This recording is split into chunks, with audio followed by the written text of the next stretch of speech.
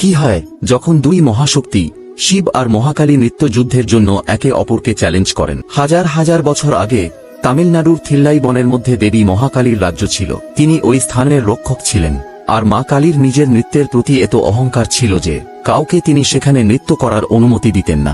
একদিন ভগবান শিব সেখানে উপস্থিত হন, আর মহাকালী সেটাকে নিজের সত্তার চুনতি ভাবলেন। তিনি শিবকে এক নৃত্য প্রতিযোগিতার জন্য আহ্বান করলেন। ভগবান শিব স্বীকারও করলেন, আর শুরু হয় মহানৃত্য, যেটা দেখার জন্য স্বর্গের দেবতারাও নিচে নেমে এসেছিলেন। দুজনেই একে অপরকে অদ্ভুত মুদ্রার প্রদর্শন করলেন, কিন্তু কেউই হার মানছিলেন না। তখন শেষমেশ ভগবান শিব ঊর্ধ্ব তাণ্ডব মুদ্রার প্রদর্শন করলেন, যেটাতে তিনি তার পা কে নিজের মস্তক পর্যন্ত উঠিয়েছিলেন। এক স্ত্রী হওয়ার জন্য দেবী এই মুদ্রা প্রদর্শন করতে পারলেন না। এই কারণে দেবী কালী হার স্বীকার করলেন। যেই স্থানে এই দিব্য নৃত্য প্রতিযোগিতা হয়েছিল সেই স্থান আজ তামিলনাড়ুর প্রসিদ্ধ থিল্লাই নটরাজ মন্দির। এখানে গর্ভগৃহে একদিকে ভগবান শিব নটরাজের সাকার রূপে মজুত আছেন, ওই দিব্য নৃত্য মুদ্রা রূপে। আপনি শুনলে অবাক হয়ে যাবেন। এখানে একটি পর্দা আছে, যখন পর্দা সরানো হয় তখন ভিতরে কিছু দেখা যায় না, শুধু শূন্য। আর এটা হলো চিতমবরম রহস্যম।